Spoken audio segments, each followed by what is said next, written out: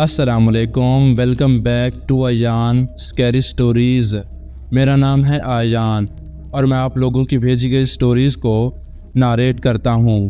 اگر آپ کے پاس بھی کوئی ہارر سٹوریز ہے تو ڈسکرپشن میں دیے گئے نمبر پر آپ مجھے بھیج سکتے ہیں، میں آپ کی بھی سٹوری ناریٹ کر دوں گا۔ سٹوری شروع کرنے سے پہلے آپ لوگوں سے ریکویسٹ ہے کہ چینل کو سبسکرائب اور ویڈیو کو لائک لازمی سے کر دیا کریں تاکہ میری آنے والی ویڈیوز کی نوٹیفیکیشن آپ کو ملتی رہے۔ تو بنا دیری کیے بڑھتے ہیں اپنی آج کی سٹوری کی طرف۔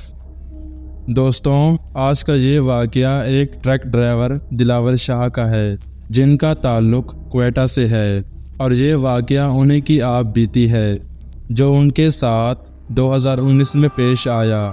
تو آئیے دلاور کا یہ خوفناک واقعہ ہم انہیں کی زبانی سنتے ہیں۔ میرا نام دلاور ہے اور میں کوئٹہ کا رہنے والا ہوں۔ پیشے سے میں ایک ٹرک ڈرائیور ہوں۔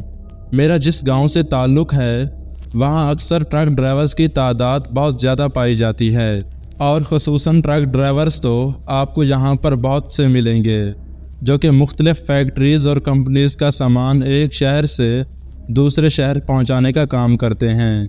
2018 میں نے اپنی میٹرک کی پڑھائی مکمل کرنے کے بعد اپنے چچا جو کہ کافی سالوں سے ٹرک ڈرائیور کا کام سر انجام دے رہے تھے ان کے ساتھ میں بھی ایک شہر سے دوسرے شہر سفر کرنے لگا، اور سوچا کہ اسی بہانے مجھے بھی الگ الگ شہروں کے راستے بھی یاد ہو جائیں گے، اور ساتھ ہی ساتھ میری تھوڑی ڈرائیونگ میں مہارت بھی اچھی ہو جائے گی۔ خیر، چند ہفتوں کے سلسلے کے بعد میرے چچا کے ساتھ ہر دوسرے دن ایک نئے شہر کی روانگی کا آغاز معمول سا بن چکا تھا۔ اکثر ہم اپنے سفر کا آغاز رات میں ہی کیا کرتے تھے، اور اگر اس دوران میرے چچا کو تھکاوٹ یا نیند آتی تو وہ میری برابر والی سیٹ میں سو جاتے تھے اور میں خود ٹرک ڈرائیو کر رہا ہوتا تھا۔ اب وہ وقت جو گاڑی کو روک کر آرام کرنے میں لگتا تھا، اب وہ وقت ہمارے زیر استعمال آ رہا تھا، جس کی وجہ سے مال کی ڈیلیوری اکثر وقت پر پہنچ جاتی تھی اور ہمارا بھی کچھ ٹائم بچ جاتا تھا جس میں ہم اپنے دوسرے کام نپٹا لیتے تھے۔ وقت کے ساتھ ساتھ ہماری مقبولیت میں بھی کافی اضافہ ہونے لگا تھا، لیکن کام کا لوڈ ہونے کی وجہ سے میرے چچا آہستہ آہستہ بیمار ہونے لگ گئے تھے۔ ایک شام میرے چچا کی طبیعت معمول سے تھوڑی زیادہ خراب ہو گئی، جس پر ہم نے ارادہ کیا کہ ہم آج کے سامان کی ڈیلیوری کل کر دیں گے، اور یہ سوچ کر میرے چچا نے اس مطلوبہ فیکٹری کے سیٹ کو اس بات کی اطلاع دینی چاہی، جس پہ اس نے میرے چچا سے کہا کہ ہم کسی بھی وجوہات کے بنا پر اس مال کی وصولی میں تاخیر نہیں کر سکتے، لہٰذا آپ کچھ بھی کر کے اسے آج ہی ہمارے شہر کے لیے روانہ کر دیں۔ اس بات کے بعد میرے چچا نے میری طرف دیکھتے ہوئے کہا، دلاور، تمہیں آج اکیلے ہی سامان کو لے کر پنجاب کے لیے جانا ہوگا۔ حالانکہ میں اس وقت ایک نیا ٹرک ڈرائیور بنا تھا، اور اسی بات کے چلتے مجھے اکیلے دور سفر کرنے کا کچھ زیادہ تجربہ بھی نہیں تھا، لیکن کیونکہ کام تھوڑا ضروری اور جلدی کرنا تھا تو میں اسی وقت بنا کسی تنقید کے ٹرک لے کر نکل گیا۔ پہلے میں نے بلوچستان کے علاقے سے ٹرک کو لوڈ کروایا۔ ٹرک کو لوڈ کروانے میں کافی وقت لگ گیا تھا اور اب رات بھی ہو چکی تھی۔ ٹرک کے لوڈ ہوتے ہی میں فوراً ہی پنجاب کے لیے نکل پڑا۔ اس وقت رات کے کچھ 12 بج رہے تھے۔ سخت سردی کا عالم تھا اور ہڈیاں جما دینے والی تیز ہوائیں بھی چل رہی تھیں۔ میں نے اس سرد ہواؤں سے بچنے کے لیے ٹرک کے شیشے بھی چڑھا لیے تھے۔ اس رات غیر معمولی طور پر ٹرک چلاتے ہوئے مجھے نیند بھی آنے لگی۔ اس کی وجہ ایک یہ بھی تھی کہ شاید اس بار میرے چچا مجھے کمپنی دینے کے لیے میرے ساتھ موجود نہ تھے۔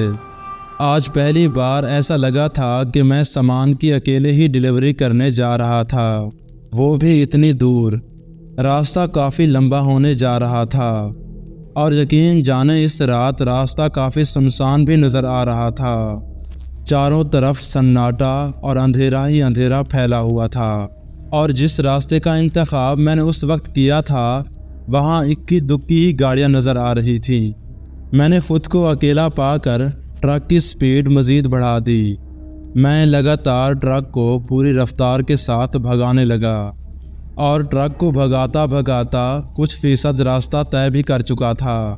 تبھی روڈ کے لیفٹ سائیڈ میں مجھے ایک بورڈ دکھائی دیا۔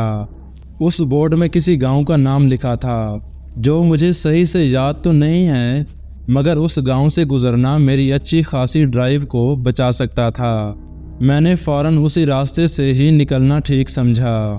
میں اس راستے سے اچھی خاصی رفتار سے گزر رہا تھا، پر جب میں اس گاؤں کے قریب آیا تو وہ گاؤں دیکھنے میں مجھے کافی ڈراؤنا اور پراسرار لگ رہا تھا، اور اس گاؤں سے گزرتے ہوئے مجھے کافی عجیب سا محسوس ہو رہا تھا۔ آپ کو بتاتا چلوں، وہ گاؤں اندھیرے اور تاریکی میں ایسا ڈوبا ہوا تھا کہ اسے دور سے بھی دیکھ کر خوف آ رہا تھا۔ ابھی میں کچھ دور گیا ہی تھا کہ اچانک مجھے اس سڑک پر کوئی دکھائی دیا۔ اندھیرے کی وجہ سے وہ مجھے صاف تو نہیں دکھائی دے رہا تھا، لیکن جب میں ٹرک کو لے کر مزید اس کے قریب پہنچا تو میں دیکھ کر دنگ رہ گیا۔ میں نے دیکھا کہ اس سڑک کے بالکل بیچوں بیچ ایک عورت سفید کپڑے پہنے ہوئے جھاڑو لگا رہی تھی۔ یہ دیکھ کر مجھے بڑی حیرانی ہوئی کہ جہاں رات کے ایک طرف سناٹے میں اس گاؤں میں نہ کوئی بندہ نہ کوئی بندے کی ذات دکھائی دے رہی ہے، اور وہاں یہ عورت رات کے اس پہر سڑک کے بیچوں بیچ جھاڑو لگا رہی تھی۔ خیر، کیونکہ مجھے جانا بھی اسی سڑک سے ہی تھا تو میں دھیرے دھیرے اس کے قریب پہنچتا جا رہا تھا۔ جب میں اس کے قریب پہنچا تو اس کا فیس میرے بالکل اپوزٹ تھا۔ پھر جب میں نے اسے سائڈ پہ ہونے کے لیے ہارن دیا تو اس کا کوئی بھی رسپانس نہیں آیا۔ میں نے اسے ایک بار ہارن دیا، 2 بار دیا، حتیٰ کہ مجھے حیرت اس بات کی ہو رہی تھی کہ اس وقت سناٹے میں ہارن کی آواز پورے گاؤں میں گونج رہی تھی، تو آخر یہ عورت اسے کیوں نہیں سن پا رہی تھی؟ اور اگر سن پا رہی تھی تو کوئی رسپانس کیوں نہیں کر رہی تھی؟ خیر، مجھے اس وقت اس پہ غصہ بھی آ رہا تھا، اور اس لیے میں نے ٹرک کے دروازے کے شیشے کو نیچے کیا اور اسے زور سے آواز دے کر کہا کہ آپ کو آواز نہیں آ رہی؟ پھر میں نے اس سے کہا کہ مجھے اس سڑک سے جانا ہے، مجھے راستہ دیں۔ ایان، اس وقت میرا یہ کہنا تھا کہ وہ عورت ایک دم میری طرف پلٹ گئی تو میرے پاؤں کے نیچے سے زمین نکل گئی، کیونکہ جب میں نے اس کے چہرے کی طرف دیکھا تو اس کی آنکھیں بالکل سفید تھیں اور اس کے دانت بالکل لال اور سرخ تھے۔ ایسا معلوم ہو رہا تھا کہ اس نے ابھی ابھی کسی کا خون پیا ہو، اور میرے پورے جسم میں ایک سرد سی لہر دوڑ گئی تھی۔ مجھے بالکل بھی سمجھ نہیں آ رہا تھا کہ آخر اب میں کیا کروں۔ ابھی یہ منظر میں اپنی آنکھوں سے دیکھ ہی رہا تھا کہ اچانک وہ عورت ایک دم سے غائب ہو گئی۔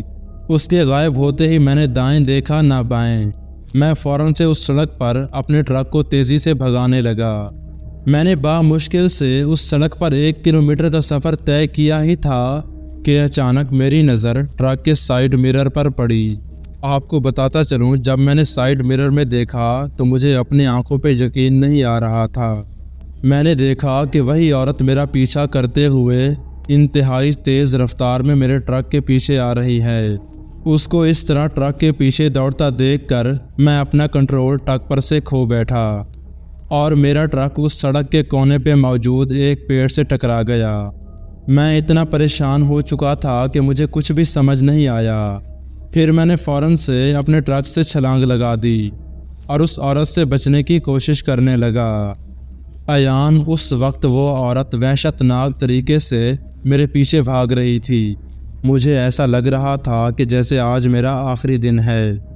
اس وقت نہ مجھے کوئی دعائیں یاد آ رہی تھی اور نہ ہی کوئی کلمات۔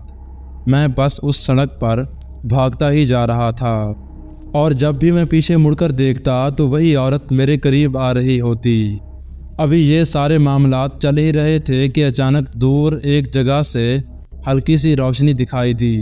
میں نے سوچا کہ شاید یہ کوئی گھر ہوگا، اور ممکن ہے کہ یہاں مجھے اس عورت سے چھپنے کو پناہ بھی مل جائے۔ خیر، میں نے فوراً ہی اپنے قدم اس روشنی کی طرف بڑھا دیے۔ جب میں اس روشنی کے قریب پہنچا تو وہاں ایک چھوٹا اور بوسیدہ سا گھر بنا ہوا تھا۔ پھر میں نے بے ساختہ اس گھر کے دروازے کو پیٹنا شروع کر دیا۔ ایان، اس وقت رات کے کتنے بج رہے تھے مجھے بالکل بھی آئیڈیا نہیں تھا، کیونکہ میرا موبائل اور گھڑی دونوں ہی ٹرک میں تھے۔